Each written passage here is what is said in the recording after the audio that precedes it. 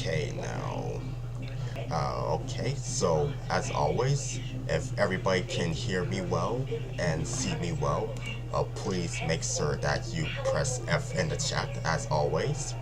And just gonna be welcoming who's here so far. Ethan Partington Studios, hi, welcome. And Daniel, nice to see you too. And Albot 3000, nice to have you here too. And yeah, you could show my fan art in your videos if you like. Credit is especially appreciated. And Inky, yes, nice to hear that you're doing fine. Oh, and Plus Boo EP, yes. Let's see what goodies that I have to share. Yes, nice to have you here as always. Oh, and Inky, for sure I have to wish you and to everybody else who celebrates it a happy Lunar New Year, which our Chinese New Year. Okay, so I'm getting some F's in the chat from Albot and Inky. Okay, so everybody could see me and hear me just fine. Oh, and Fran, nice to have you. And Mimi Productions and SpongeBoy, always nice to have all three of you guys here. Oh, and we also have here Road WIOW fan 2002 here saying that February 6th was Work It Out Wombat's anniversary. We worked it out, Wombats. Okay. I'll admit I'm not too familiar with that property, but I know that February 6th was the 15th anniversary of Coraline. One of my favorite stop motion movie. For sure, I have to probably share something regarding it. Well, cha, yes, SpongeBoy, I saw your video on Twitter with Mortimer Mouse's appearance on Mickey Mouse Clubhouse. Oh, let's see. Okay, so Luke is asking, what's my favorite G-rated non-Disney anime movie? Which one's my favorite G-rated? Well, I know what some of my favorite non-Disney animated movies are, like off the top of my head, but they are PG rated actually. But for G-rated that isn't Disney, let me think. Might get back to you on that. And yes, yep, already welcomed you, Ethan. Inky says that he likes Cars 2, although that is technically a Disney movie. It's Pixar, though, to be precise. Okay. Okay, so Daniel's saying that he has seen an episode of Evil Concarde on Checker Pass a few days ago. That's awesome to hear, and I encourage you to, continue watching, continue to give Hector your ratings. The more attention that show gets on there while it lasts on their schedule, the better. And friends say that he talked too much about A. Fitzgerald this week.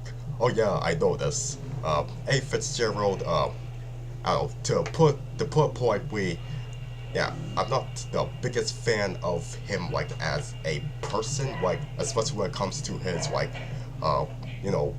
being so, kind of being a John K. apologist, but for sure I like his pilot that he did for one cartoon show, Tales of Worm Paranoia. Cats Don't Dance, that was G-rated. Okay, yeah, I'll admit, I haven't seen Cats Don't Dance yet, aside from the trailer. I hear that's really good. And let's see. And maybe saying that I see that you saw my long list of shows that I like. Is it true that it's excellent? I just add the buzz on Maggie. Yeah, I do think it's excellent. You have some good taste in there. And for sure, anybody who considers Evil Concarde to be a great show gets a big thumbs up from me. So this is yours, Mimi.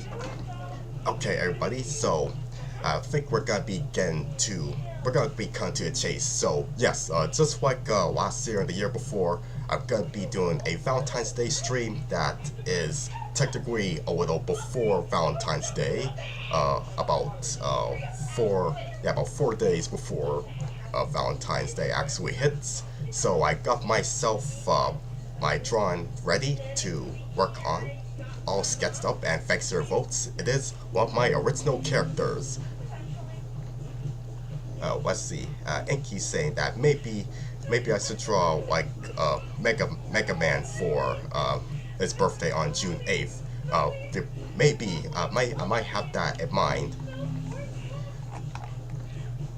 And let's see. So yeah, folks, I think it's about time that we cut right to the chase because it's already gonna be 7:30.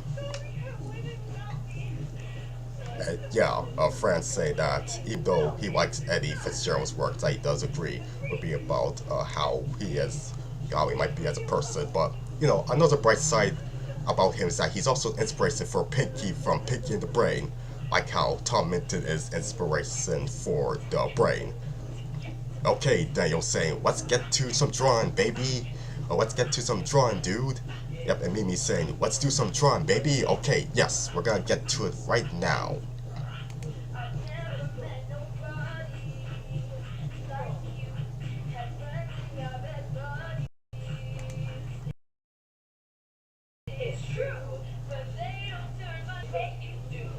Okay.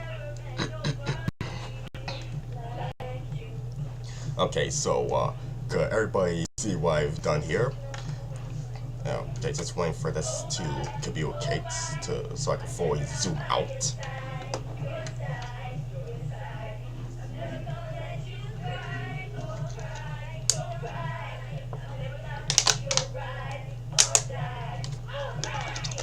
Okay.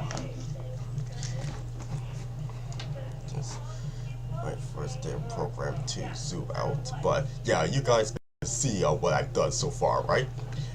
It's Henrietta Horvitz from my short-film The Grover guys, just gobbling up an entire box of Valentine's chocolates that Dee Dee has given her. And Dee Dee is... Okay, so now it's communicating, just zoomed in. And Dee Dee here, I don't know, like, he seems to be a bit annoyed that Henrietta is basically showing... In a way, she is grateful for chocolates, but she's not expressing her gratitude, you know, in the way of saying, like, thank you for what. She's more concerned about just stuffing herself with all this cocoa goodness here. So yeah, this is what I sketched up, so we're gonna be working on it right now. Clean it up to be precise. And once again, I have to ask you if I should put on some music or if you're okay with hearing Turning Red in the background, since, you know, it's Chinese New Year's today, so that's why I haven't played. So let me know which one you prefer. And also, like what I always like to do with you guys, have some small talk about, you know, about cartoons and Valentine's Day. As I work on my drawing here. So, just gonna lower the opacity. Work with me. Yes. There we go. Oh, and Kristen is here. Hey, welcome. Nice to have you.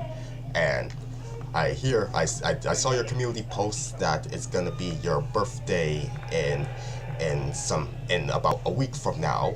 And so, wishing you a happy early birthday.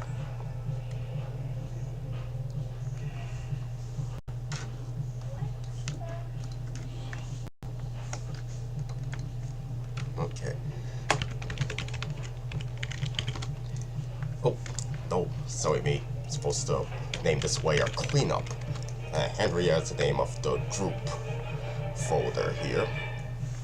So now we're gonna get to some cleaning up right now.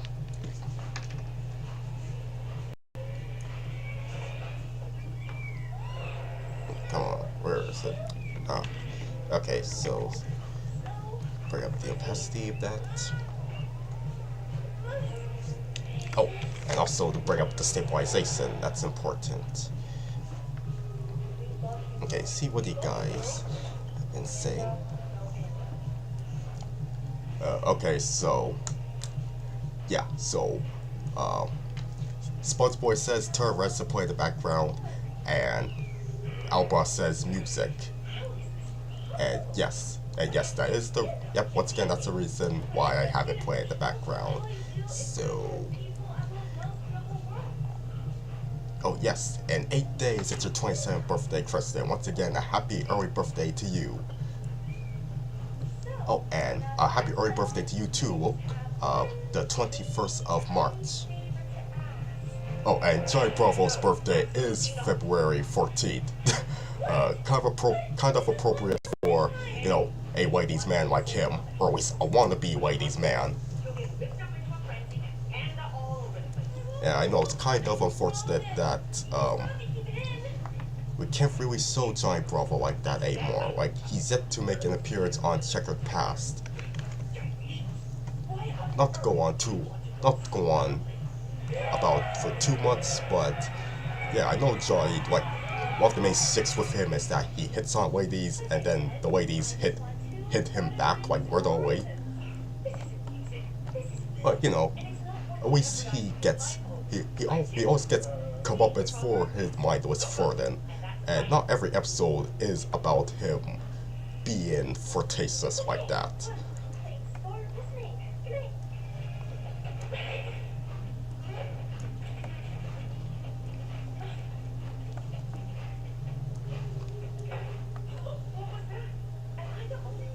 But you know, you can't have everything in life. You can't 100% expect Johnny Bravo reruns in this day and age, like even on Adult Swim.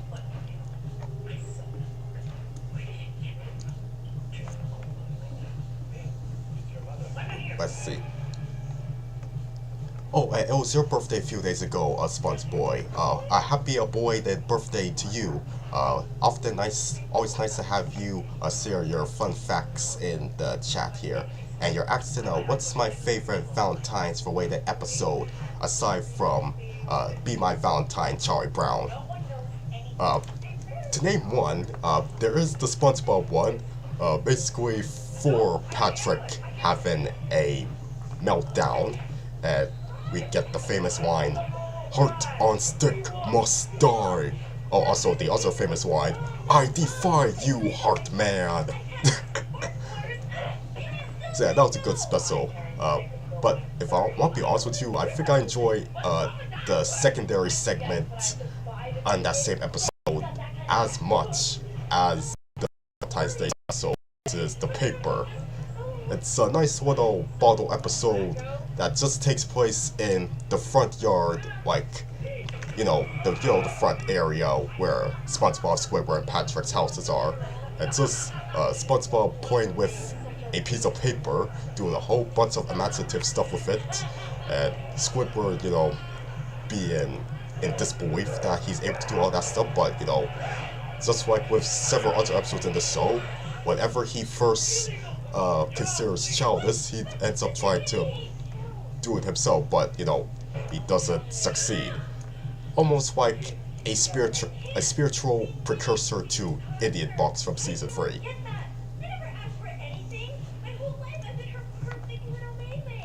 Oh, and Daniel, the other Daniel LL is here. Hey, nice to have you.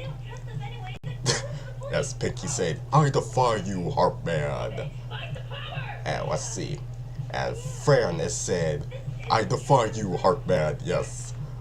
And the DMB network is saying hello. Yes, nice to have you too.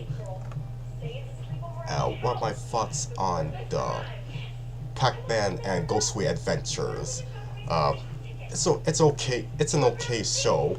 Like, the most memorable thing about it is how Pac-Man himself, like, his design, well, for one, not terribly ugly, but less appealing than the standard design that we're used to seeing him in,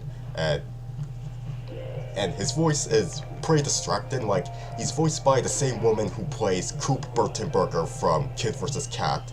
I forgot her name. I think it's Erin. Is it Erin Matthews or something like that?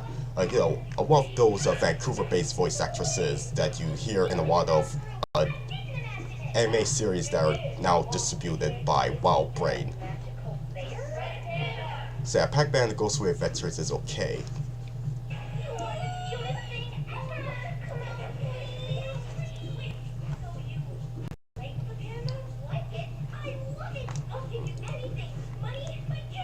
Okay, so Mimi said, I personally think SpongeBob's overrated. Nick won't stop milking it dry. There's about 2,763 done episodes. And I just prefer more obscure shows, except for the Muppet Show or Animaniacs. It's okay. What's my favorite non-official Nick tune? Well, you mentioned two of my absolute favorites, Wayside and Ricky Sprocket, so Biz Boy. I loved watching both of those on Teletoon. And Ricky Sprocket in particular is very underrated. Would I say it's better than Wayside nowadays? I don't know, but for sure I loved it as a kid. And yeah, I might be going on a little nostalgic ramble, but Ricky Sprocket is a good concept. For those who are unfamiliar, it's about a boy who is a superstar, a movie star to be exact. So it's kind of like balancing his life as a movie star and as a living life as a regular kid. It's from the same creators as Bob and Margaret, which I like that show too, but unpopular opinion is that I find Ricky Sprocket a bit more enjoyable. And it's unfortunate that it's hard to find it nowadays. I think the last time that I was able to watch it legally was on Show Me, which was Rogers Cable's streaming service, which did not last long. Like, execution-wise, it was no different than Rogers On Demand. Like, if you have Rogers Cable, you have Rogers On Demand. So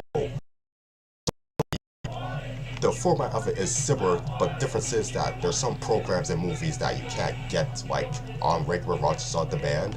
At least not without renting it. I mean, I'm sure there are some episodes of Ricky Sprocket to be found on YouTube right now, but I don't think it's the entire series. I have to double check.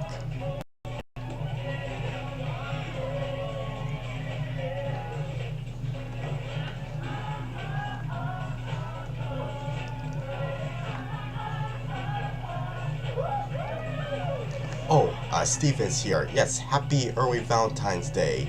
Thank you. Oh, and let's see. What about the Grim and Evil segment? Love is Evil spelled backwards, along with Crust and Grim and Love. The former is the Valentine's Day segment. Oh yeah, that too. Yeah, For out of all those, I might like Crust the most. I don't know, especially for the ending where Mandy has her makeover just to impress this boy that she is infatuated with. Interesting thing about Crust. I mentioned it before, but I have it on DVD as a bonus feature on my Codename Kids Next Door DVD. That's part of my 4 Kids Favorites multi-pack. And it comes with the Grim and Evil intro. So yeah, that's like an addendum to Chapter 3 of my Truth About Grim and Evil Siggy.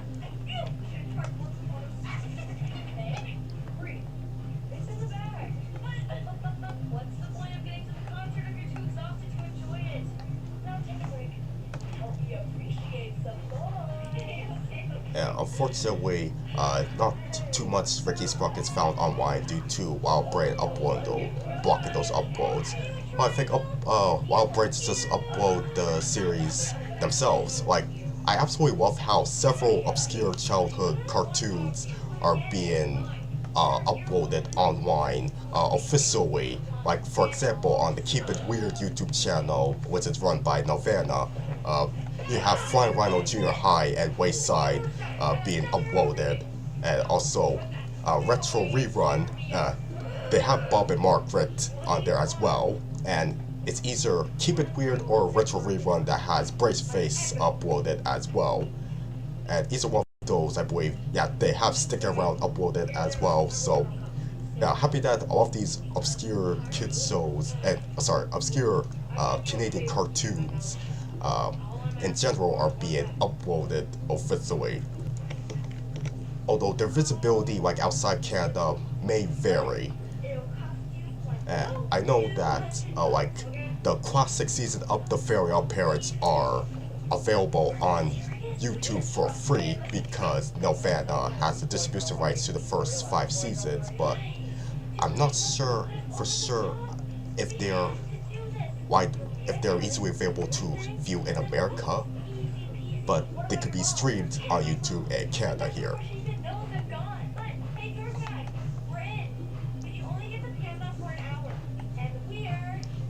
So speaking of fairy parents, just so randomly mentioned, does anybody remember the Valentine's Day special to that? Basically, where Timmy wishes for all of the males and females to be segregated, where the males are portrayed to be swabs, while the females are portrayed to be more proper and clean and heavenly and civilized. Yeah, I know that episode has not really aged the best.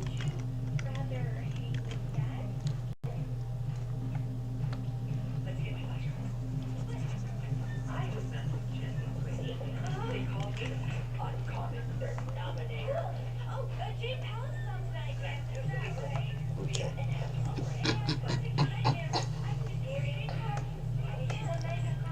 Okay, so here's a weird fact about Keep It Weird. Apparently, Nelvana uploads some episodes of Jimmy Neutron, despite not owning that show, unlike the earlier seasons of Fairy Odd Parents as well as the Jimmy Timmy Power Hours. Yeah, and I also saw in the search results on YouTube for something I was looking for. I don't remember exactly, but I saw the Retro Rerun channel had the first episode of Hey Arnold uploaded. And I remember it used to be on the official White TV YouTube channel, some of the early episodes of Hey Arnold, as well as Invader Zim being uploaded on White TV's channels. So they must have migrated over to Retro Rerun.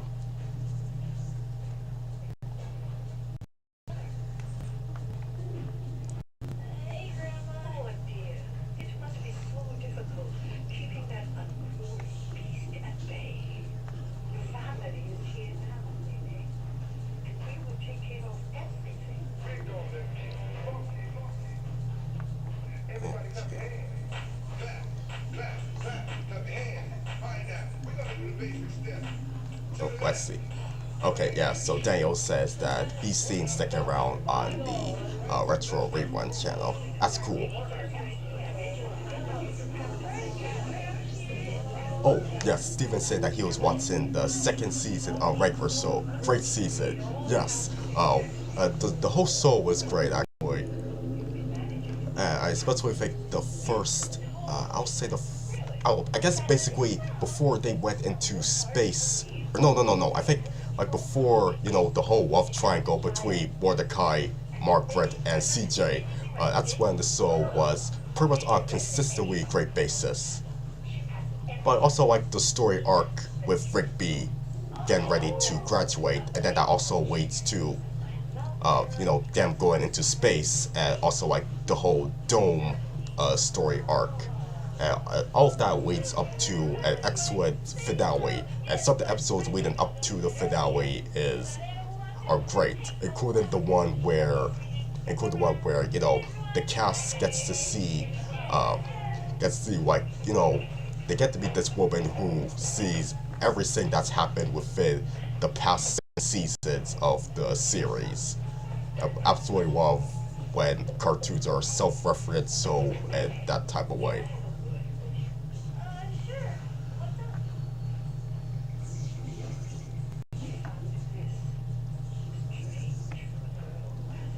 Okay, so I'm gonna be saving what I've done so far in case of acing.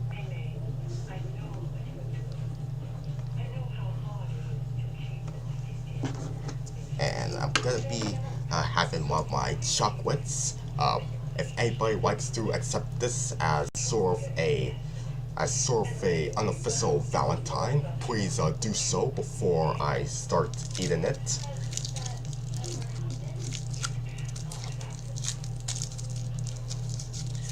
Okay, so I'm about to eat it. So anybody were to accept this, make sure you do so now.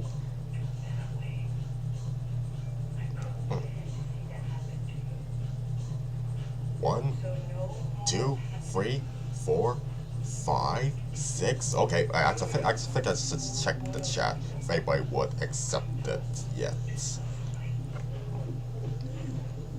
Waiting for a response here. Probably just read what else is here. Let's see.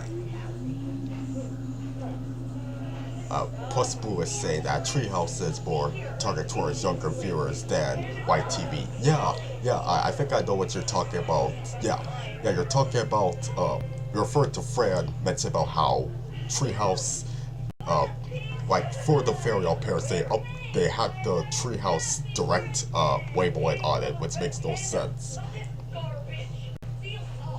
Okay, so I assume that, well, Inky said that chocolate's bad for our teeth, so I guess I'm gonna interpret that Deidre is the one who accepts this sort of Valentine first. So, thank you, yes. Nice to have a fellow chocolate fan.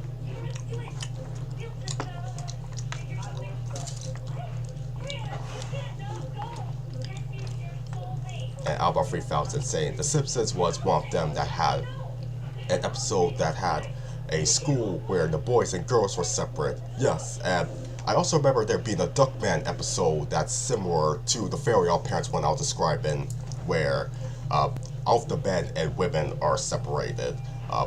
That one I haven't seen in a long time though, so I can't really tell you the full details.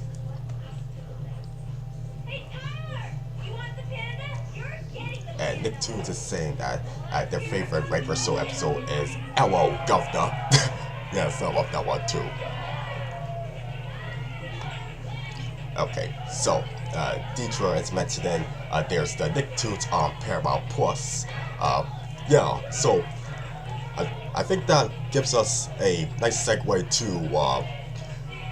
for me to talk about like one of the Nicktoons that I've been getting myself a bit more into through some casual binging lately on Paramount Plus, and that happens to be the Thornberrys.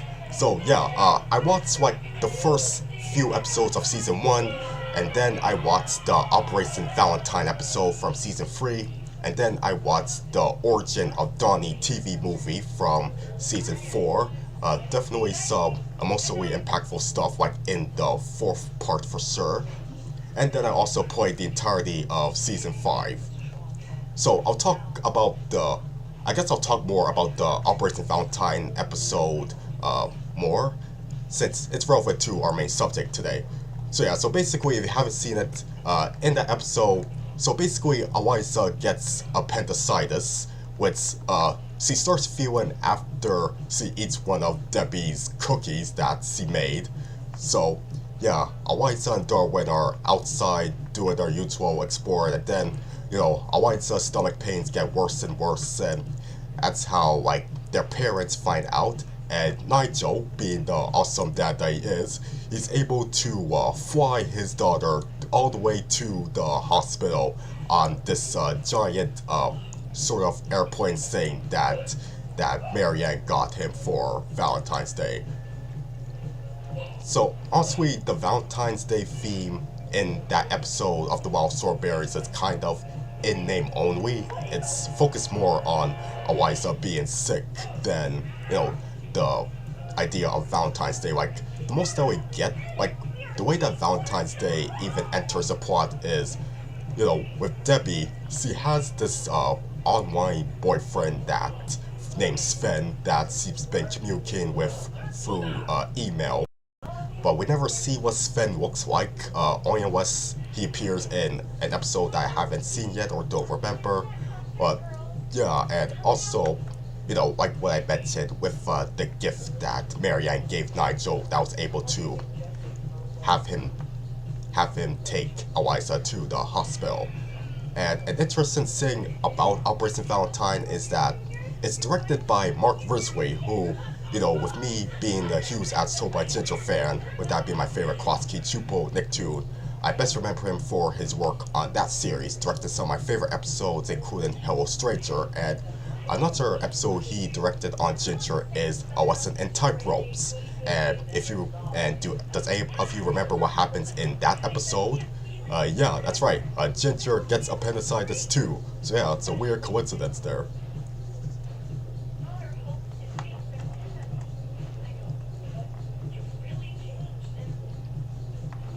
Oh, let's see. Oh, SpongeBob say, I didn't know you were watching a Narquatsky Chubo Nick too that isn't Ginger. Well, you know, Ginger isn't even on Paramount Plus in Canada, unfortunately, so I kind of thought the Wild Strawberries was a good alternative.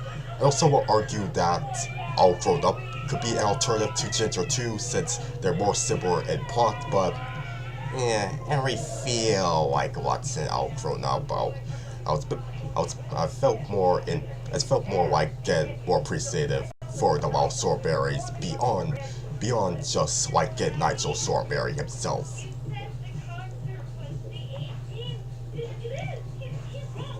Oh, and speaking of like romance and Wild Strawberries, okay, just to kind of talk about the fifth season because that's the one season during my binging of the series that I actually played all the way through, with varying levels of attention being given to it actually.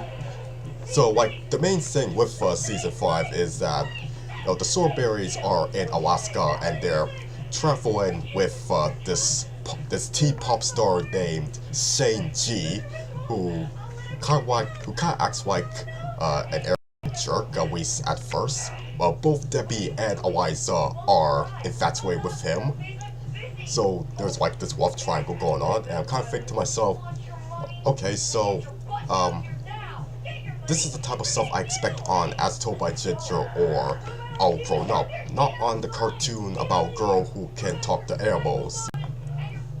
But it was still enjoyable nonetheless. But another nitpick I have with season 5 of The Wild Thornberrys is the music, which is not bad, but with Gregory Hind or Gregory Hindi, joining Drew Newman on the score for the series, doing like what they do on Billy and Mandy and Evil Concarde, the music becomes really distractingly similar to those two Maxwell Adams creations, to the point where, like, yeah, so the score that I'm hearing in this dramatic scene in The Wild Strawberries, I can easily hear that being played in a scene where Billy, Mandy, and Grimm are getting into their usual shenanigans, or if Hector, Moskov, Gatsby, and Scar are causing trouble, you know. So it's pretty similar to how, like, on Billy and Mandy, those early Grim and Evil segments, when you hear Guy Moon's music, it's basically the same as hearing the Fairy Odd Parents. But aside from those nitpicks, yeah, I'm starting to like the Wild Strawberries more. Before I was just into the movies, yes, both of them, yeah, including Rugrats Go Wild. But for the show itself, it's become more of a comfort. It became a new comfort show for me. Even if my viewing of it was kind of random in terms of episode selections.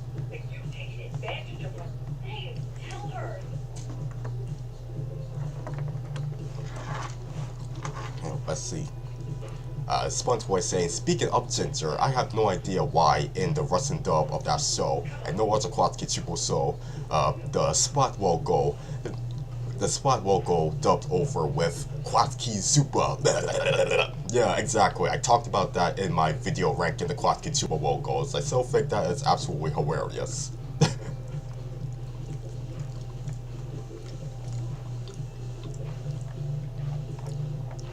And let's see. Oh, so Saint G is voiced by Christopher Masterson, who played Francis in Malcolm in the Middle. Oh, okay, so that's who he is. I haven't watched much of Malcolm in the Middle, so I'm not too knowledgeable on the sitcom, so I wouldn't even immediately make the connection that Christopher Masterson is one of the characters on that show, like how I remember that Frankie Muniz is the who played Malcolm himself, is the voice of Chester in the early episodes of Fairly Odd Parents, as well as in Mofo Mysteries. He's the star of that cartoon.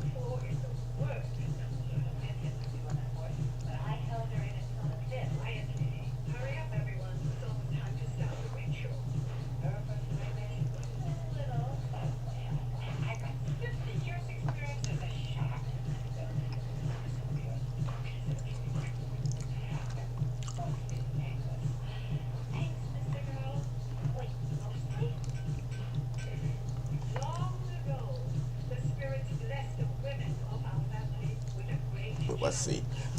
Smart voice say, not to mention the unaired adult Klosky Chibo 2 Immigrants, which was later repurposed as a stitch-up movie, also has the Gregory Hind and Drew Newman composing, causing the music to sound similar to Billy and Mandy and Evil Concordia as well. Yeah, that's something I speculated as well. I believe I watched a little bit of Immigrants back when all the episodes were available on Gabor Chupo's YouTube channel, but I never thought much of what I was able to see, the very little of it, let alone remember what the music sounds like.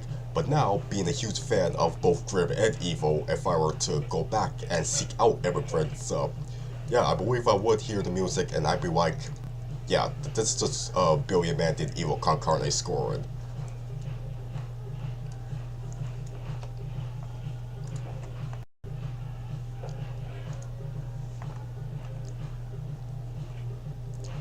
Let's see, Inky's asking if I've seen the Valentine's Day episode of Dexter's Laboratory. You might have to refresh my memory on that premise, Inky, because I know there is some romance-themed episodes there.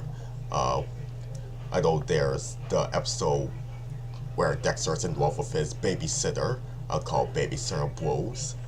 And there's also one in the last season where Dexter is in love with this older, like, taller looking girl whose face we never see. So you might have to refresh my memory on what the episode for Valentine's Day on Dexter is about.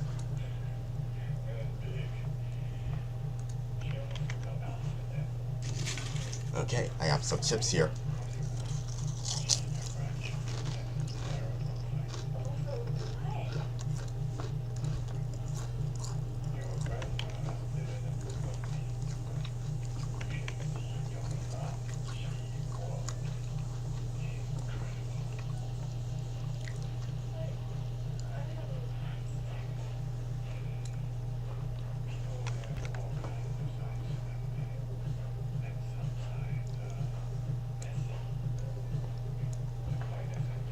Okay, so I'm pretty much done with Ink and Henrietta. See if there's anything else I need to fix up though.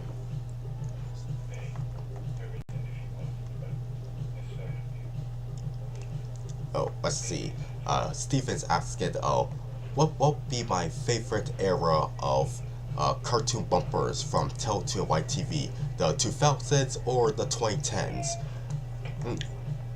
I will say, I think I like the 2000s the most, or 2010s. I don't know, it just depends on the bumpers, but with YTV they have some memorable bumpers. So like back when they had their logo, the YTV name on those little CGI alien monster creature things, those take me back just thinking about them.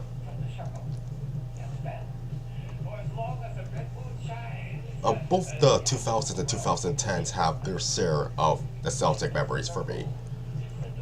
I feel like the 2000s are as creative.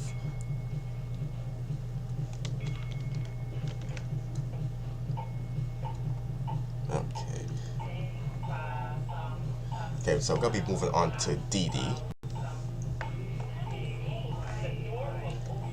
Okay, so just go to size. Submit. Okay, so just to talk about the process with preparing the straw.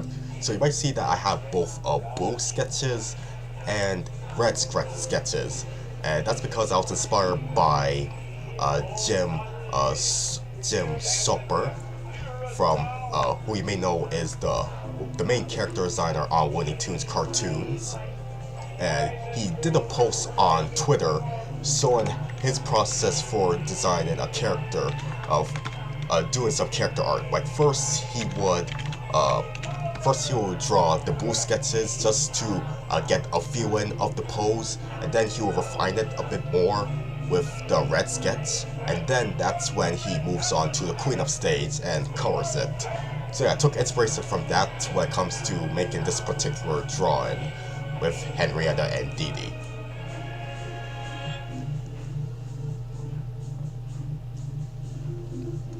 probably to make more the opacity of the boost gets more.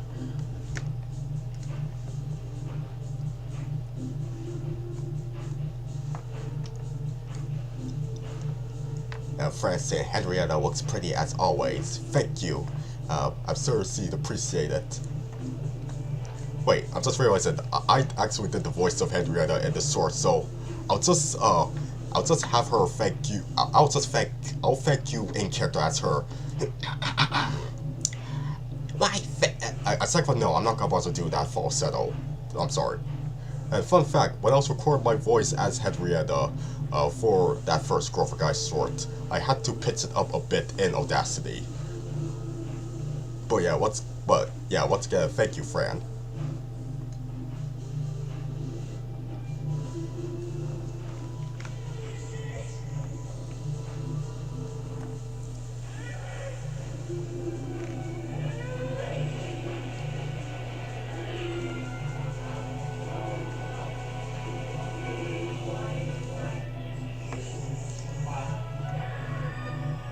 Let's see.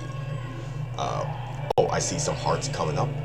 Thank you. Keep them coming. And yeah, I might as well just tell you that if you're enjoying this stream, make sure you hit that like button. And if you are a newcomer watching this, whether you're watching it live or you're watching the replay of it after it's live, then make sure you subscribe for more of these art streams, these art and chat streams. And also, as a friendly reminder, if you want a Valentine's Day drawing, a special one, specifically a pinup of your cartoon crush, there is a commission special going on my Ko-fi. You go over to my Ko-fi page for more details. Within 2 days it's gonna end, so if you're really interested in it, then make sure you take advantage. And for sure, it should be done. The final product should be done like close to Valentine's Day at the very least, or well after it.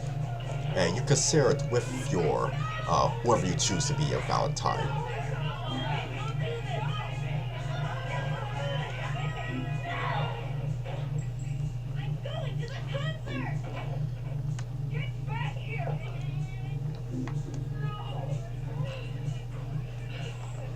Alba said, actually used to find a new voice for Henrietta. Yeah, like an actual woman.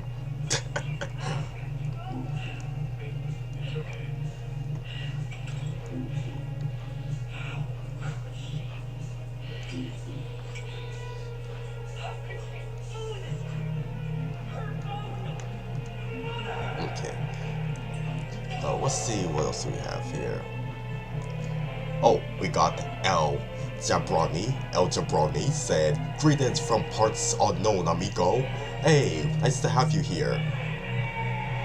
Okay, so Fran's gonna be going. Yes, peace, love, happiness, and care to you too.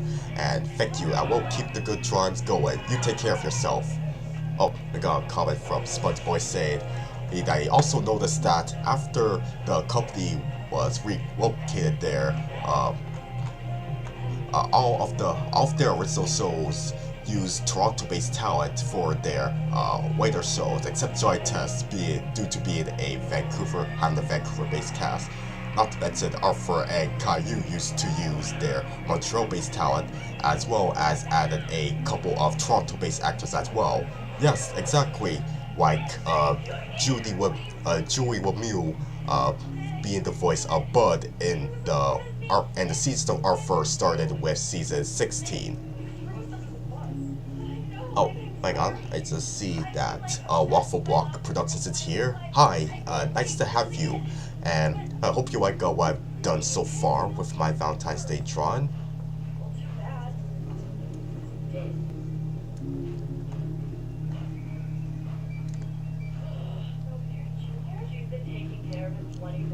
Okay, let me see how far we are. Okay, so we're 44 minutes in. So, yeah, so we're gonna be finishing up with cleaning up Dee Dee, and gonna be moving on to the current. And I was thinking that if I have enough time, there might be a little extra something that I will do. I'll just leave it at that.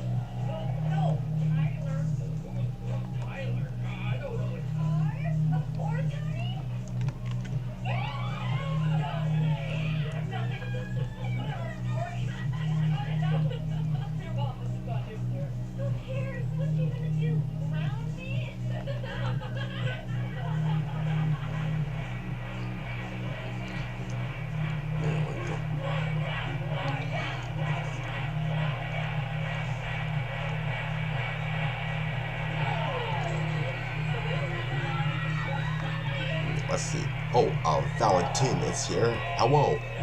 Just say that I love your artwork. Greetings from Argentina. Also, yes, I can't recall if I ever see you before, but if this is your first time, make sure you subscribe and hit the like button. And thank you for your comments on my art. I'm structured of fitness because I eat my spinach. I Popeye the Sailor Man. Toot toot. Okay, so, yeah. I know it was Popeye's 95th birthday the other day. Unfortunately, he lost the poll, he and all four lost the poll for who has to do for Valentine's Day for a stream.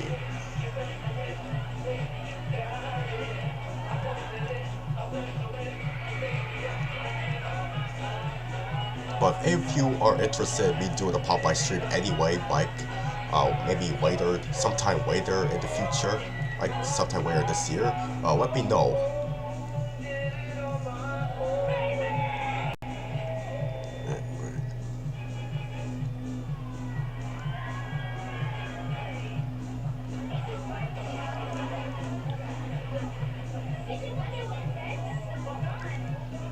Outbound's accent, when's there gonna be a sequel to the Grover guys?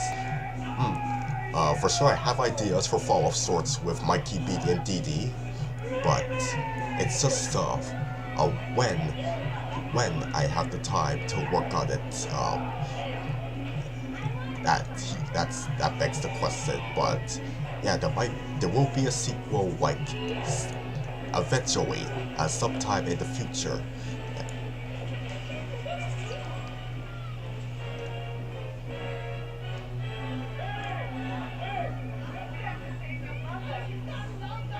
Because for sure I'm interested in doing one, but we'll just have to wait and see. And that's basically the best answer I have to give. Just have to wait and see, but just know that I do have ideas.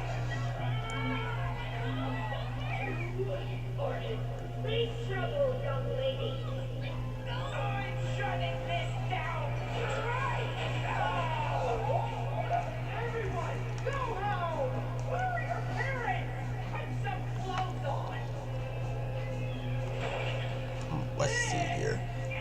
Okay, so Spud's voice say, although this is not the first time that Cookie Jar used Toronto-based talent, even back when it was known as Sidar, the Busy World Richard Scary also used an entire Toronto-based cast, aside from Sonya Ball as Huckle, and as well as Arthur Holden doing additional voices. Yeah, that's an interesting fact. Let's see, what else? DJ, what's my favorite Happy Meal toy promotion? Look asks. Let's see, what my favorite Happy Meal toy promotion is. Let me see here.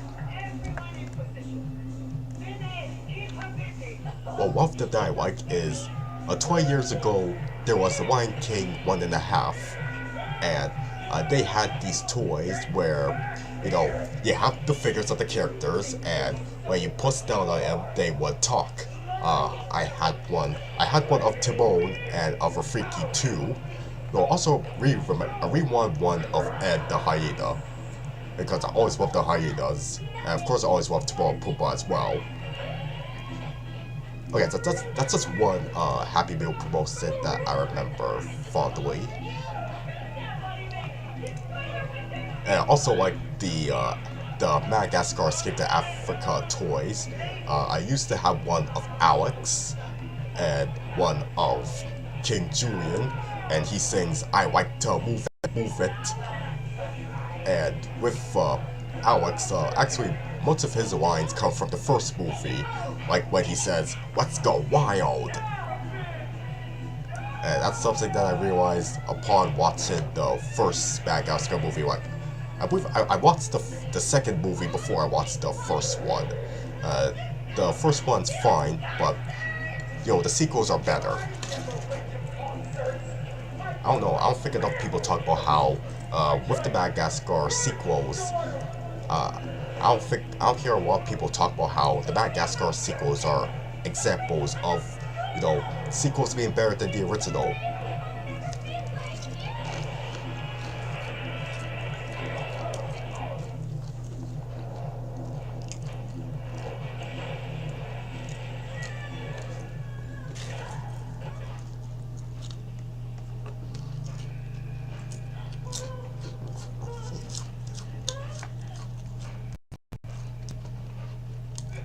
let's see. Yes, Pinky, I do hear you. Happy belated 95th to Popeye, as since present after the champion that so you hear me well, I believe.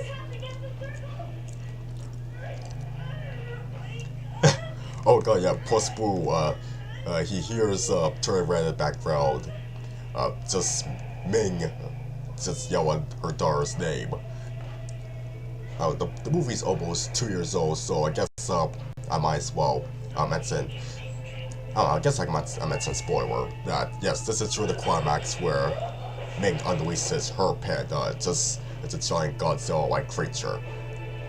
If you guys are interested, you can watch my review of Turning Red.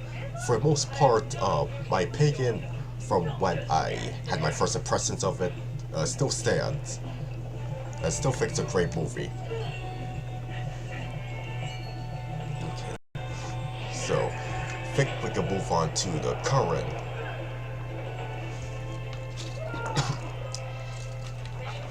But before we do, how about we have a little intermission?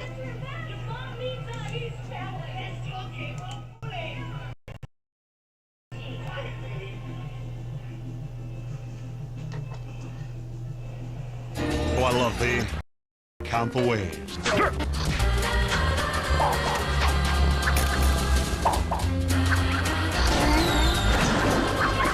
Must be new math. Join host Johnny Bravo as he brings us an entire day of cartoon love, or something like it.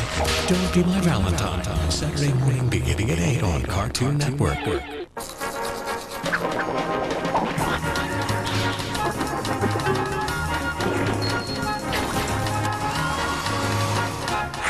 is such a good night to kiss.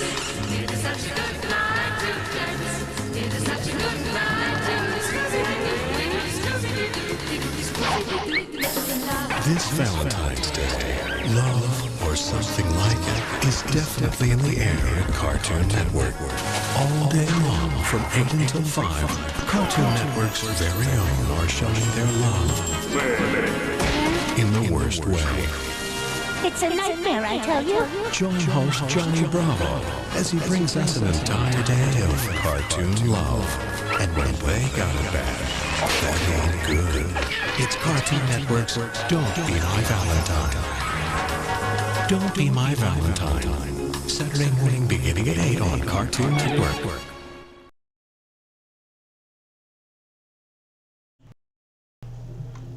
Okay, I hope you enjoyed that Cartoon Network Valentine's marathon promo there. See some interesting comments. Let's see. Inky's accent, if I like spinach, why? It's good for your muscles. Yes, I know Popeye is a common teacher of that idea. And I do like spinach. I like eating baby spinach uncooked, but washed well in water as my choice of salad, along with carrots on the side. Plus will say that he saw Turning Red on Disney Plus with my mom, and we liked it. Yeah, same here. I watched it. As I mentioned in my review of it, I watched it on the night that it first premiered on Disney Plus. And no, I haven't seen it in theaters. I have seen the theatrical release of it, Daniel. But yeah, I saw Domi C's post on it. That yes, Turning Red is released in theaters right now, and alongside the short Kid Bowl, which as we know is about this dog and this little black kitten. I kind of joke that it's like an edgier version of Feed the Kitty from Looney Tunes. So yeah, it's interesting that with Pixar, they're releasing their Disney Plus exclusive films to theaters, not just Turning Red, but also Soul and Wonka. The thing is, I'm not sure. I don't know if it's played in my area in theaters. I'll probably have to check. I don't know if it's if these re-releases are widely available in Canada.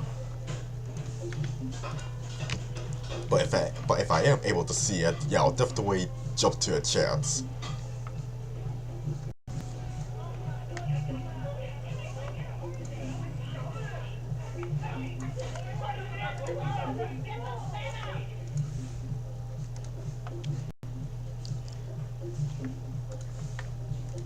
But out of the three of those Pixar Disney Plus movies, I feel like Soul might be the one that it is the best to experience in the big screen. Just for when we see the land of all the personified souls. Or also how well they captured New York City.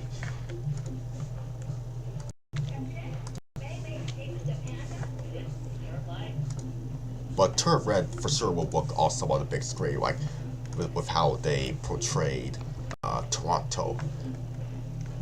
Oh, and also with that climax that I mentioned earlier.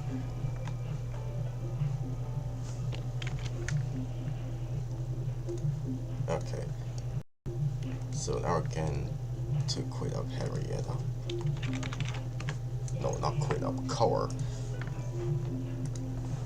Okay, so I turn off the sketches for Dee Dee.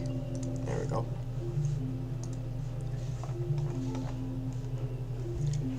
Okay, so Waffle Block is gone.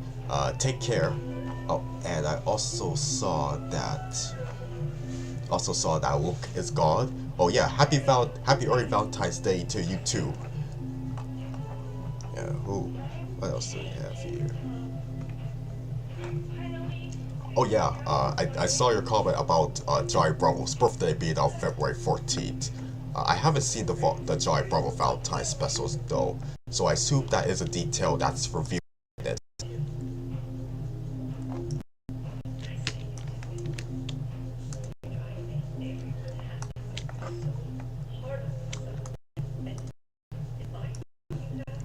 There we go. And as always, if there's anything that I need to finish up the trod, anything that's relatively minor, then that will be done after the stream. And I was wondering, do you want me to post this drawn on Valentine's Day, which is gonna be Wednesday, or do you want me to draw it or do you want me to post it as soon as I'm finished with it, which most likely will be tonight, or maybe tomorrow, or it depends on how I feel. But yeah, let me know if I upload this before Valentine's Day or on Valentine's Day. I just realized there's a gap that I forgot to close.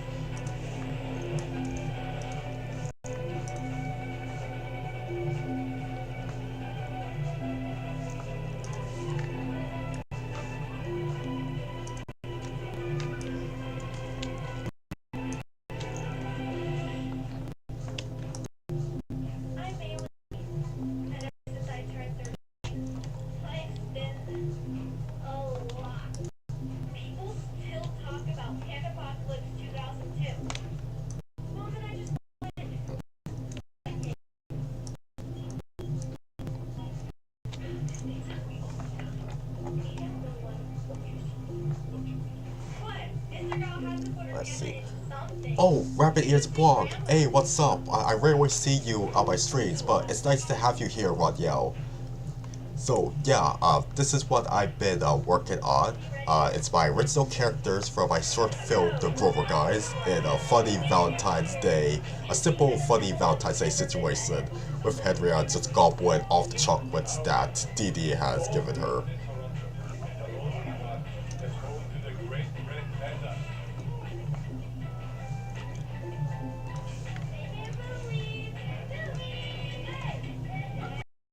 So yeah, Rodiel, I hope you've been doing great. Let me know how you've been feeling.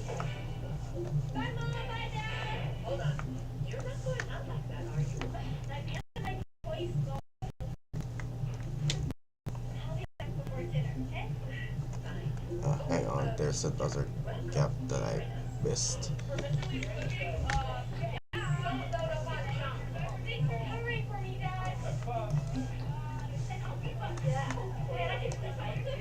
I remember I think I went on a semi-rant about this in a previous stream about how, it's annoying whenever you forget about these small gaps in your wide art.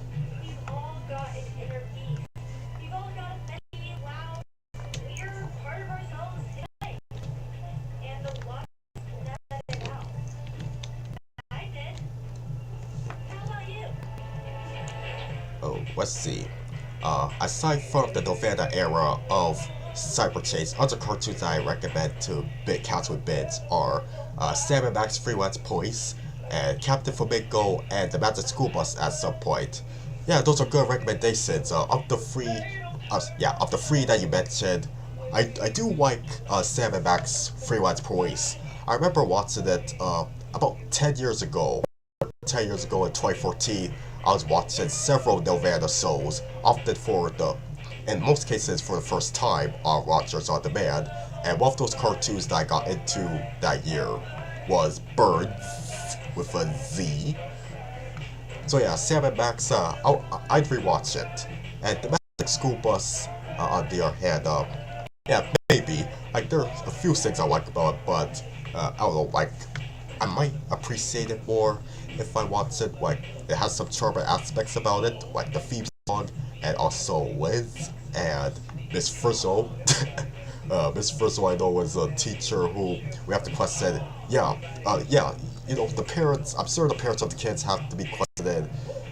Should we continue trusting this woman to teach our children with their, well, that's to assume that they know about how magical the titular school bus is. Also, do anybody remember, like this one, the scene that really sticks out in my mind about the Magic School Bus? Oh, it's one of the episodes where they're in space, and then Arnold, for whatever reason, he decides to just take off his helmet, and it becomes all crystallized. I don't know. Like, take it out of context, it's hilarious. But I'm sure it might have traumatized some people. It might have.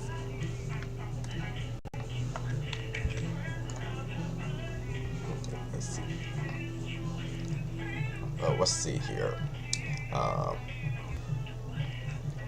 Let's see. SpongeBob say, I was gonna say Tom Benny, but now all the episodes are uploaded high quality. Only the first 2 seasons did, while the last season isn't uploaded yet, and that isn't in low quality.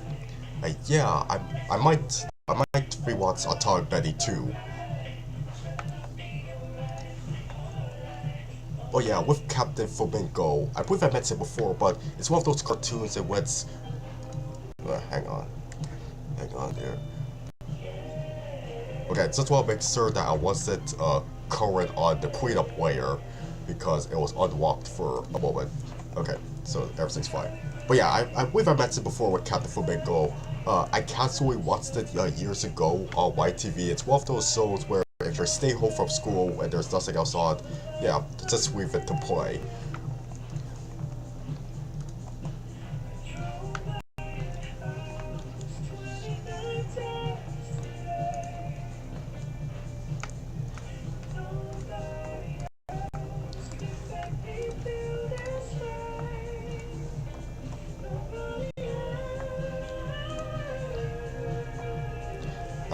Okay, I just remembered, I still have the cleanup layer unlocked because I just remembered there's a piece of chocolate that I forgot to draw in Henrietta's mouth. It's just about to get swallowed down through her esophagus.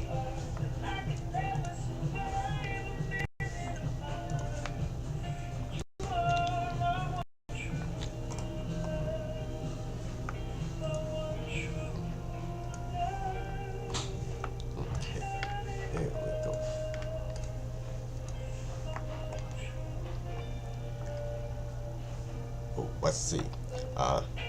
Rabbit Ear just asked if I've seen Craft's Box. No, I haven't gone to watch Craft's Box just yet, but I am aware that it has Greg Eagles in the cast in one of his earliest major voice actor roles before he became Grimm. And let's see. I just saw something else. Let's see. Speaking of Surfing Bird, did you know that Surfing Bird... speaking of birds, did you know that Surfing Bird was the theme song to it way before Family Guy used it later? Yes, in fact, that was how I was introduced to the song, actually. Okay, so let me explain. So, even though I said that 2014 was when I started really watching Birds, I technically first saw Birds specifically a Spanish dub of it on this channel, which I don't know if it's outside of Canada. It's called TLN, which mostly has a lot of Spanish dub programming. And Birds was one of those shows that aired on that channel, and that's how I remember the theme song, Birds. So yeah, that's my introduction to the Surfer Birds song. Oh yeah, I better remember it as Peter Griffin's favorite song and a regular running gag on Family Guy. Okay, so I don't need you right now. Just deselect you, so it's just, you know, color Henrietta's dress and gloves.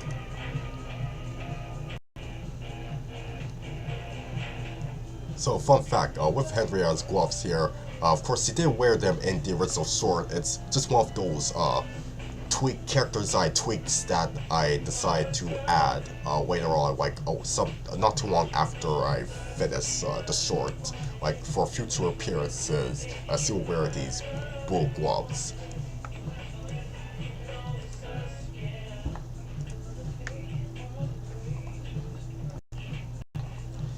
Okay, I'm gonna color her gums.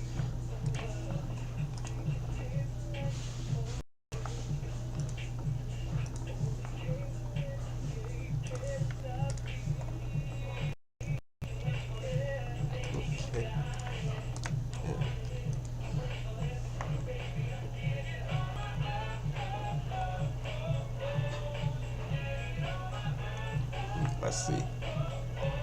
Steven said that Devil May Cry 3 is my favorite game. That's awesome. I drew some Devil May Cry, a couple of Devil May Cry characters for Kristen. You can probably check out those drawings like on my coffee gallery if you're interested.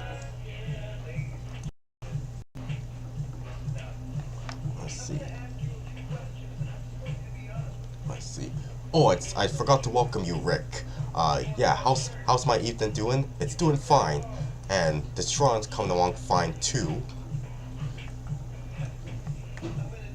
Okay, so I'm not gonna have every chocolate be the same shade of brown.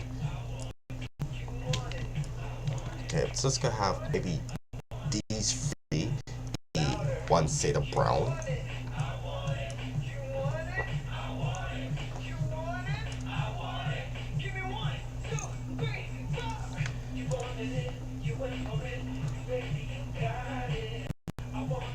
Okay.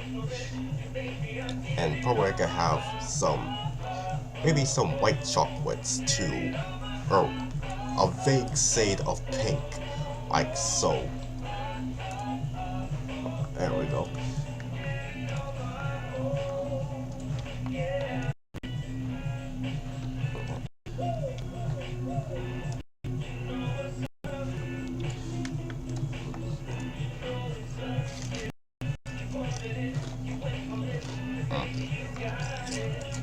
I'll just make them be.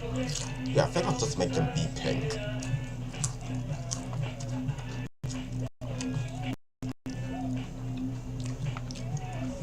Yeah. Probably from some chocolates too.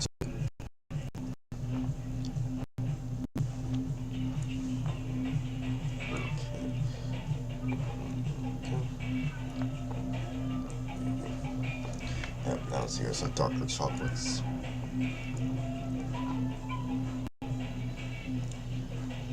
Okay, so how far are we into the stream? Okay, so an hour and 10 minutes.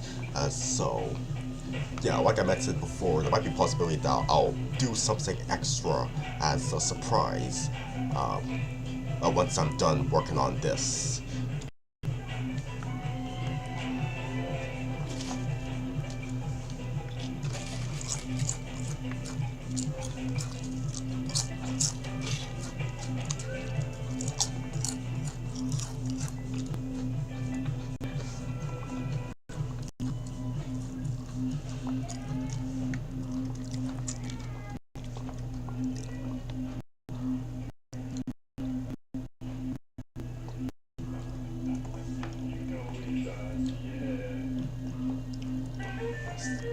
Okay, hang on, got some questions here.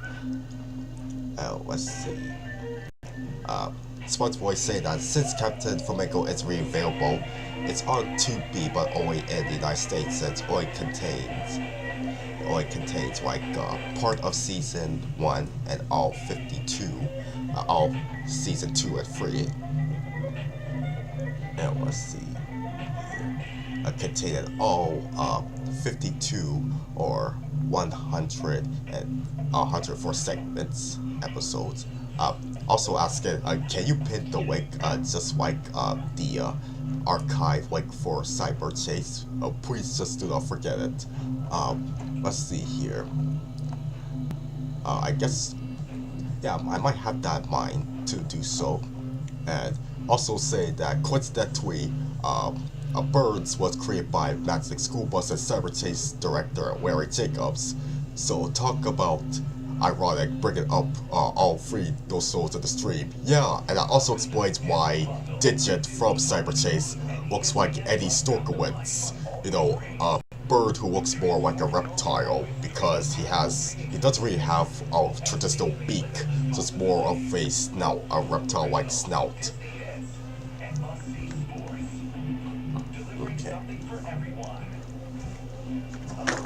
Okay, I feel like having another chocolate.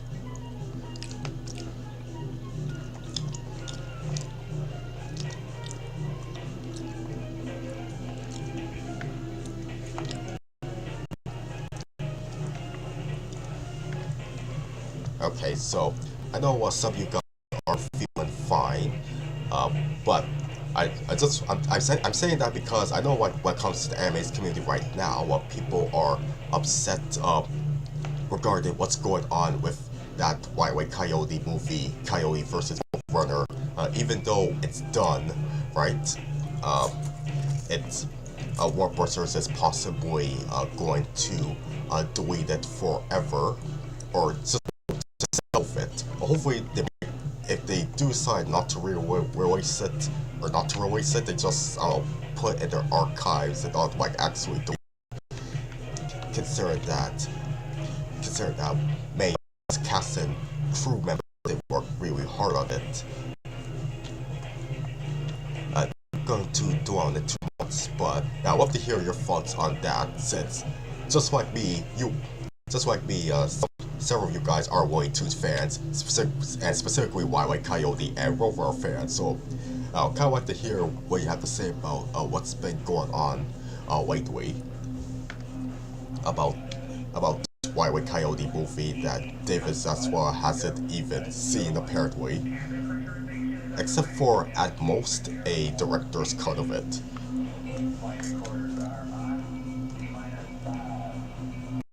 Let's see what comments are here. Let's see, Inky saying that my art is Ed and Eddie style. You're like, yeah, I do like Dave Antonucci's art style. I don't really think of him as a major influence, like it doesn't always come up on top of my head as one of my major influences, but I do like one of his work regardless. Not just with Ed and Eddie, but there's also Lupo the Butcher, which I think is as good as Ed and Eddie. And to be honest, his first show, The Butcher's Grunt, isn't that bad. And I love his MTV bumpers, including the one with the dentist.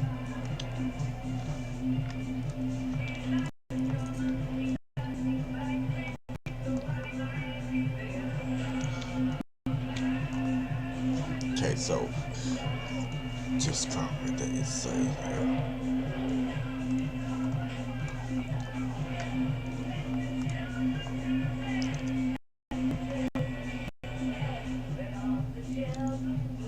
Okay, see, Alba 3000's gone. Well, yeah, you take care of yourself.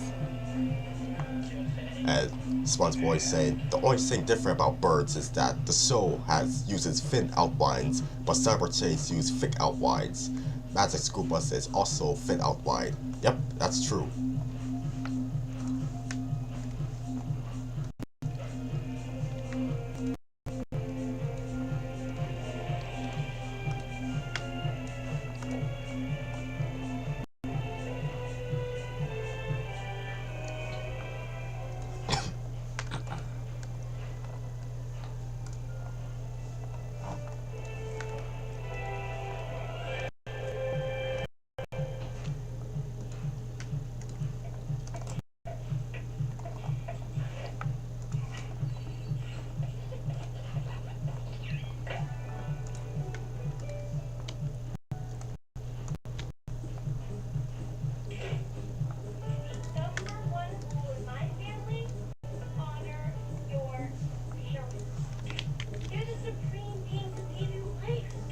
Okay, so turn red play it again, thanks to Disney's fast play. Of course, you know, Disney's fast play is not always known for working very well. Like, they just play, like often they'll play trailers, like sometimes a bunch of trailers before they get to the actual movie, but fortunately, there are exceptions where it goes straight to the program. Referenced by Incredibles 2 DVD that I have, or my Mickey and Friends Volume 2 DVD that I have. But turn red, like when Disney's fast play is activated, it goes to a trailer for Lightyear, you know, the mediocre Toy Story prequel, and then it goes to turn it red. There we go.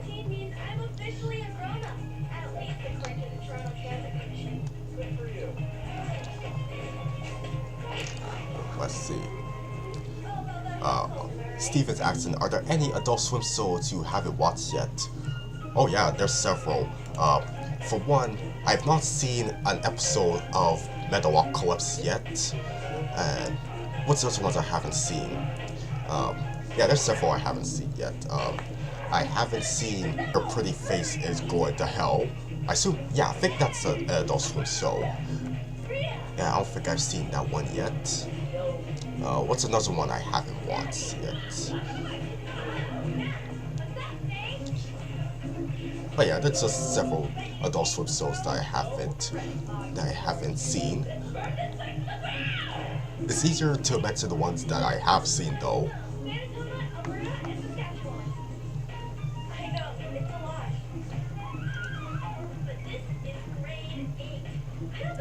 Okay, so in the background and wondering what type of color should I use? Should I use like a light lavender background? Though using a shade that doesn't blend in too much with Dee. Not really feeling it. I'm gonna try this white, this sort of shade. Okay, you know what? That looks better. Let me know which one I should use. If this is a good color, or if I should use something like this, or no. I think I should use either this or a light shade of pink to go with Valentine's theme. Yeah, so either the pink or the lavender. Let me know which one.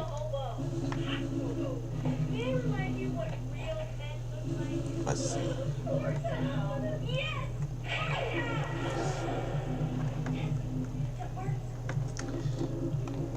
See, there's a self-Simonson. Enki says silver. Yeah, let me try this. Let me try silver. Like so. Those. Nope. Wrong layer. Yeah. Silver is basically like kind of looks like a light gray.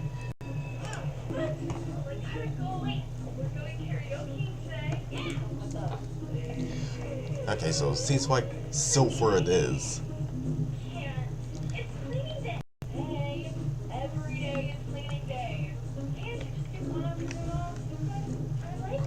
Okay guys, let me know how you like it. Actually there are some details that I want to throw in. Some relatively minor details, but I can do that after stream. But what's important is that I got the essentials done, so let me know how you love it.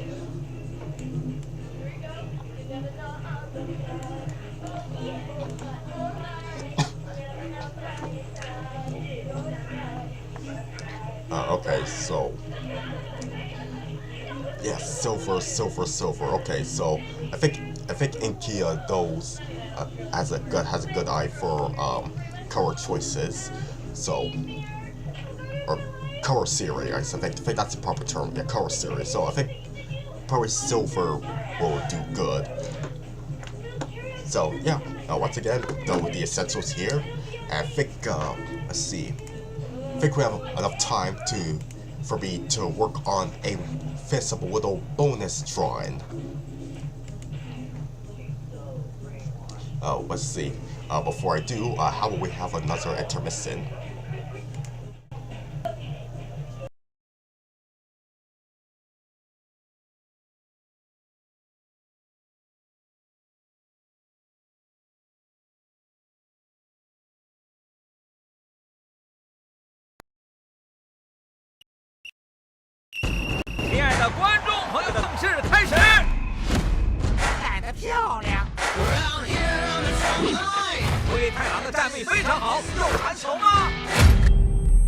喜羊羊，刚才那个球你为什么不传给我？在你加入我们队之前，我们就没输过。欢迎你加入守护者队，灰太狼。对不起。每个人在球队里都很重要。跟最默契的队友打最厉害的团队篮球。我们的总冠军！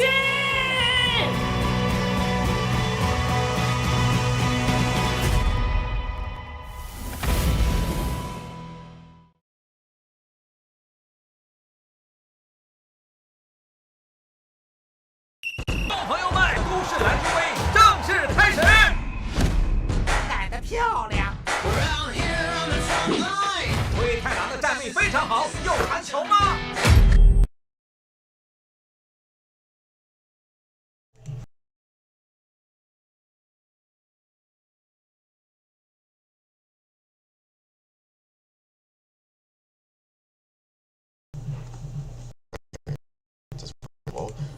？Okay, so yes, this is actually dedicated to you, Inky, because I know you love this Chinese cartoon here.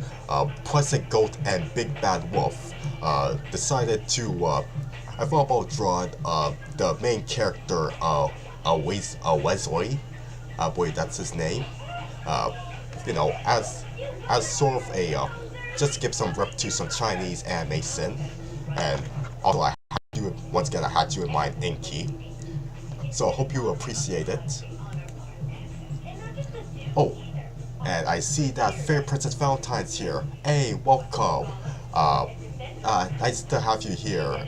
I know, of course, Valentine is. I'll admit, I have no idea why I wasn't questioned in why you weren't here already, since you know Valentine's in your name. But you know, I've actually finished the essentials of my main Valentine's Day art. I'll show you here, of my original characters from the Grover guys. Hope you like it. I'll do some more fancy touches to it afterwards. So now I'm doing something for Chinese New Year's. Yeah, I know it's technically the year of the dragon, so I probably should have drawn the dragon, but hopefully you guys will appreciate this choice here of Wesley. Who, yeah, I just thought his name was Pleasant Goat, but that's my mistake. No, his name's actually Wesley. So just rename the layer here. So, yeah, so all I have to do is just color him.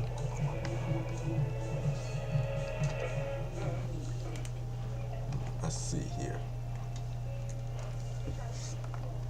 Oh, let's see. Popeye. Nicktoons is saying Popeye is very famous, but they're talking about Widow Bomb of the Barrel, obscure cartoons like the X's, Pen Zero, A Kind of Magic, Making Fiends, Kaput and Zowski, Kid vs. Cat, Quirks, and Critters. Yes, I've heard of all of those shows, and out of them, the one I watch the most is Kid vs. Cat, which, as I mentioned before, I have kind of mixed feelings about it. Like, on my good days, I enjoy it, but on my more weaker days, I'm like, okay, I'm sorry, but Coop doesn't deserve to be be neglected like this. Like, people disbelieve in him about that alien cat being, you know, an evil alien cat. Oh, and Millie, Coop's little sister. Oh, more people need to talk about how annoying and bratty she is. Everybody's talking about DW and Angelica, and sometimes throw in Sarah from Ed and Eddie as far as bratty little girl characters. But Millie, she's able to destroy the entire neighborhood with her scream. I hate that. But Kid vs. Cat gonna be current this guy here, Wesley. So I haven't seen any episodes of this cartoon yet. By Anna, it looks cute. Looks easily available on Netflix.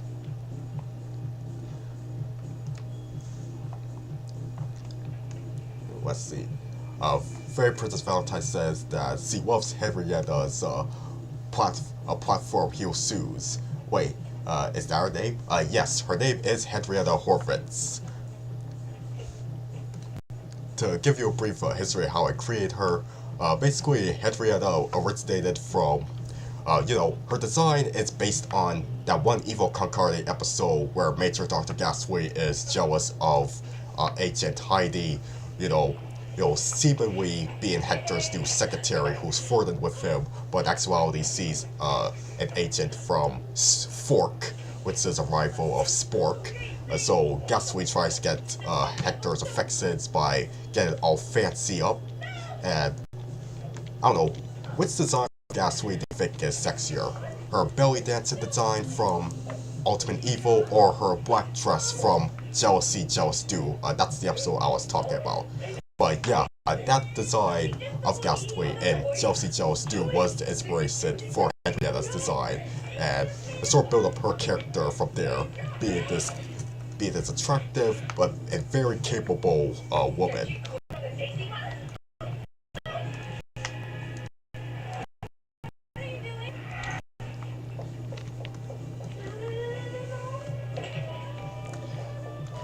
Okay, so if you excuse me for a moment, what I should have done was that I pasted back in the reference photos, but you know, I think I can remember that his horns are around this shade of brown.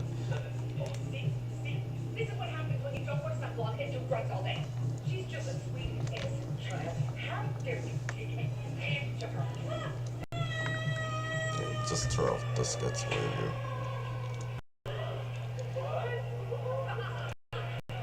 Okay, so with it being Chinese New Year right now, I could post this right now, like as soon as I'm done with it. But let me know, like for the Valentine's Day drawing over here, if I should post it as soon as I'm done with it, or save it for Wednesday, Valentine's Day. Let me know in the chat.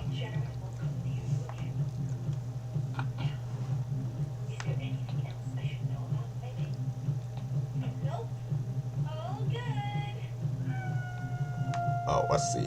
Icky said that this character is a ripoff / knockoff of Mickey Mouse. Maybe? I mean, I know there's also a female goat that he is acquainted with. So, I guess it's comparable to the Mickey and Minnie pairing. I don't know. But yeah, I assume you are a huge fan of this show, Inky. So, tell me more about it. If there's 8 episodes that you recommend I check out.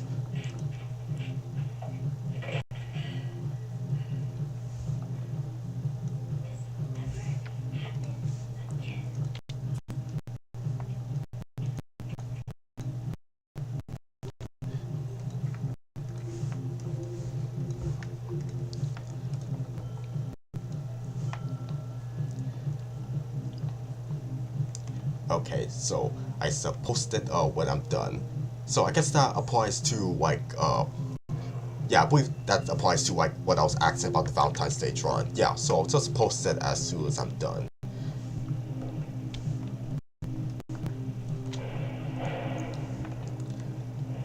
Fairy Princess Valentine saying that she needs to work on her Valentine's Day short video by tomorrow, but she won't be able to be home very much the upcoming week. And yes, I'm gonna ask for a personal explanations why, but yeah, hopefully you keep yourself motivated into creating. Oh yes. What show is playing in the background? It's not a show, it's actually Turning Red, playing that movie because of Chinese New Year. And SpongeBob is asking, did you know that for Stretch Eric, Klosky Chupo only worked on the first season? And, oh yeah, I know about that, SpongeBob, that Klosky Chupo only worked on the first season, and then they moved over to a Hungarian studio, Avagra Studio, for season 2. Although Klosky Chupo still mentioned in the credits for season 2 for the original character designs, if I remember correctly. Yeah, Trust Eric is a show that I have mixed feelings about, but I feel like the second season is slightly less speed-spirited than the first season. Oh, like, there's one episode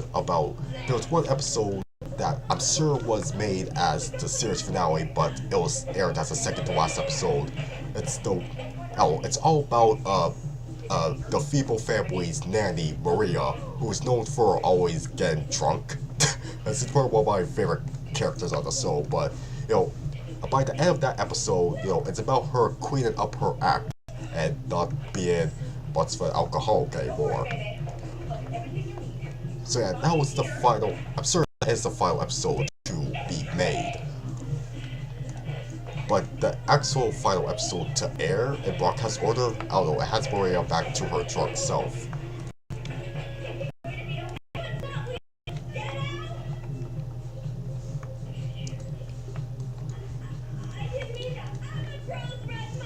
And another thing about Stress Derek, 5 years ago was when I was able to check out the American dub of it for the first time, with Hank Azaria as the voice of Eric Feeble himself. And I've always wondered what Simpsons character he'd sound like, and it turns out he kind of sounds like Frank Grimes, which is the proof for the type of character Eric is.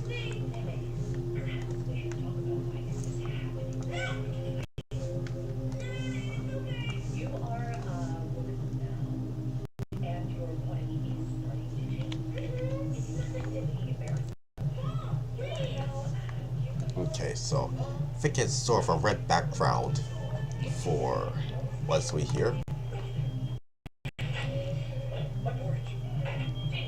Alright, what do we have here?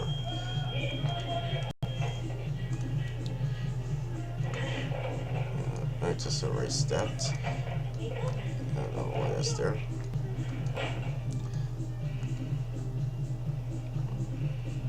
Okay, so now we're gonna add a little saddle. Oh, okay, let's just get that back.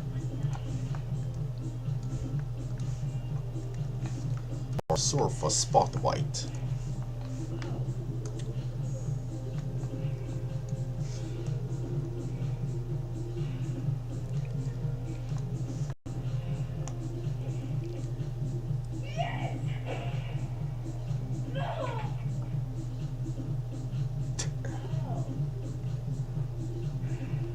Yes, so first I drew Shin, and then I drew Doraemon, and then and now I'm drawing Mickey Mouse's ripoff. Yeah, I have to look more into the show with just how similar he is to Mickey.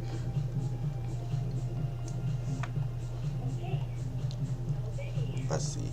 Make the background copper with stars. Okay, so I'll make it copper then. I think copper is like a reddish brown. Okay, so make it copper and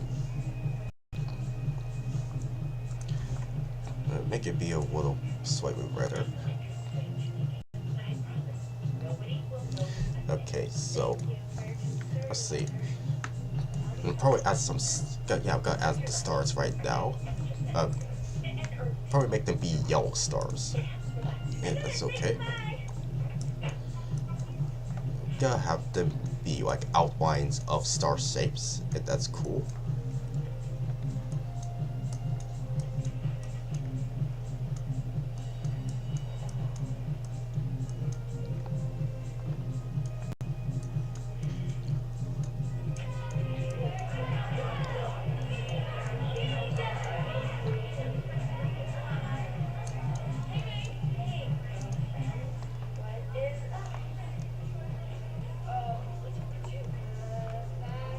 Oh, wait a minute. Okay, so SpongeBob is saying that actually Vodka has no involvement in season 2 of Stressed Eric. It was actually outsourced to a French studio called Nova Nim, as well as uncredited assistance with a Romanian studio and a Ukrainian studio. Wow, okay. So, that was... I don't even think it's... Well, yeah, okay, so I was just thinking to myself as if it's the case of the Mandela effect, and, yeah, I guess it is, because I thought, oh, maybe I didn't look at the end credits too closely, but, yeah, like, I'm just kind of shocked by that apparently, that Fargo Studio had nothing to do with Stress Eric Season 2.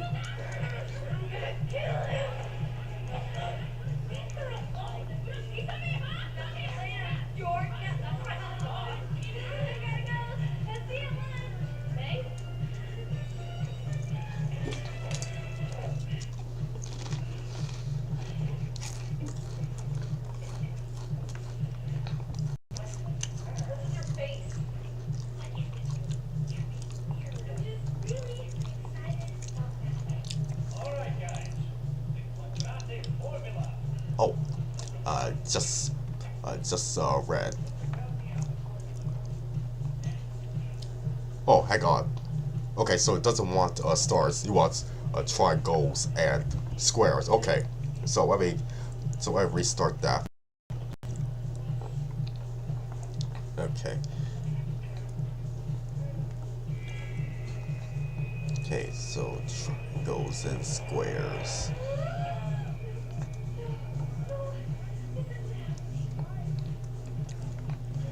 Okay, so I'll go back and forth between drawing each shape. I'll draw a square, and then a triangle. A square, and then a triangle.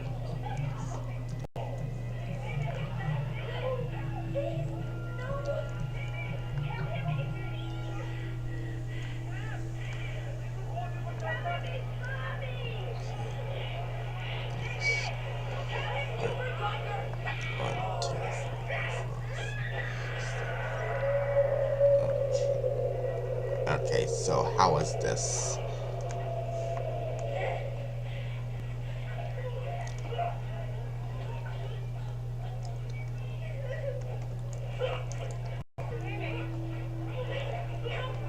Ah, okay. Yeah, Sports Boy said that I just want to let me know that season 3 of Cold High, or season 2 of the revival, just came out last week. Yeah, I heard, and for some reason, I'm not hearing much buzz about it. Like, I feel it's a little uncomfortable how not much people are talking about it. Or maybe it's just me.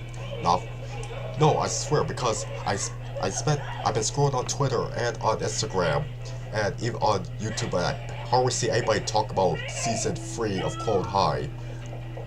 I don't know, I guess that many people were disappointed by how last year's episodes were. Like, I had to find out about the new episodes of Cold High through Tara Billinger's Instagram page. Oh, and you want to know something that's interesting regarding Cold High, season 3? So, it's serious. Okay, so the episodes dropped on February 1st, right? And also, unlike last year, the episodes were dumped at once instead of being a weekly series. And you want to know which other streaming cartoon it was the same deal? The Pearl Family, while they're prouder, yeah, that's something I realized. Like, so both Clone High Season 3 and the Proud Family Wilder and Prouder Season 2 debuted on February 1st, like a year apart from each other, of course. And while their first seasons, well, the previous seasons were weekly, they upload episodes weekly, but with this season here, they just dumped all 10 episodes at once. Actually, I think even with Clone High Season 2, I may be wrong, but I believe they aired the first 2 episodes at once, and then aired before going to air 1 episode per week. The same thing with Proud Family Wilder and Prouder in its season. So yeah, I just had to talk about that interesting coincidence there.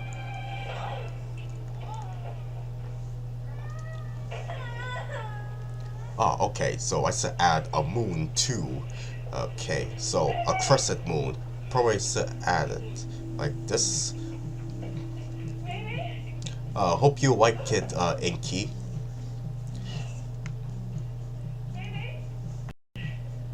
Let's see.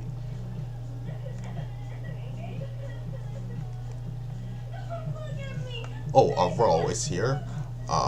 Hello there, and I hear turn red in the background for some reason. Well, that some reason happens to be a Chinese New Year, so yeah. Even though this stream was mainly about Valentine's Day, I just want to surprise you guys and do the bonus Chinese New Year's singing here with a Chinese cartoon character, Wesley from Pleasant Goat and Big Bad Wolf. Okay, so I'm gonna save what I've done.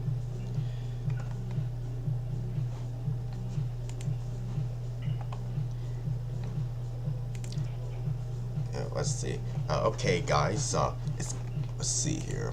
Yeah, it's gonna be time for me to wrap up. So yeah, I hope you like what I've done.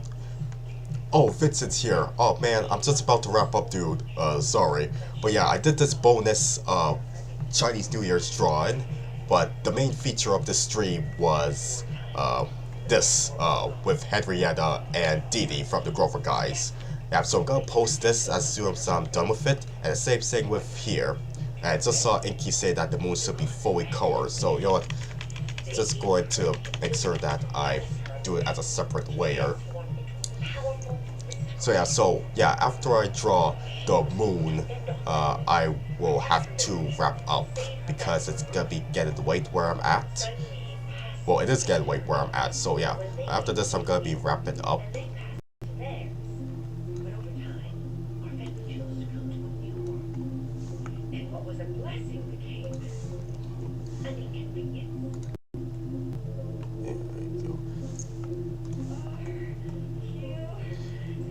And once again, just like with the other drawing, just any other things I like to add, any things to tweak up the drawing, that'll be done after a live. But yeah, I hope you love this Inky.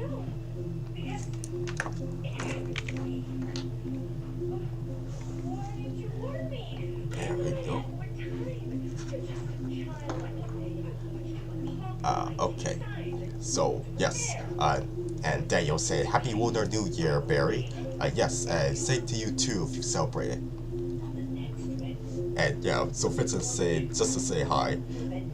And Spud's voice says, see ya next stream, ha-cha-cha.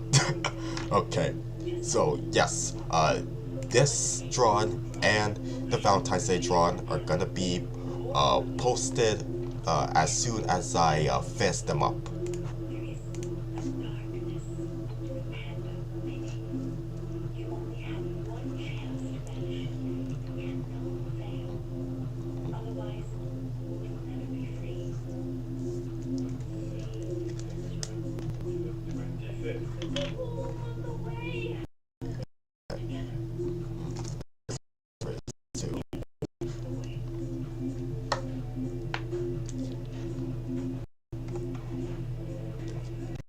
Okay, so Icky is saying that I should make the shape colors be red, yellow, orange, and purple. Okay, so I think I'm gonna have to redo it because I actually drew the same directly on the background instead of their own layers, so that was my mistake. That was his mistake! To quote Professor Callahan from Big Hero 6. But everybody, thank you all for joining me for this Valentine's Day / Chinese New Year's stream. And remember, if you enjoyed this, make sure you hit the like button and even hit those emojis, those wife reaction emojis, and make sure you subscribe if you're a newcomer, and to hit the bell if you don't want to miss them. So yep, once again, the drawings are gonna be done as soon as I can, and I want to make sure you guys have a happy Valentine's Day on Wednesday. Let's see here. Yep, and also for those who are celebrated, to have a happy Chinese New Year. Okay, everybody, so make sure you have yourselves a good night and take care.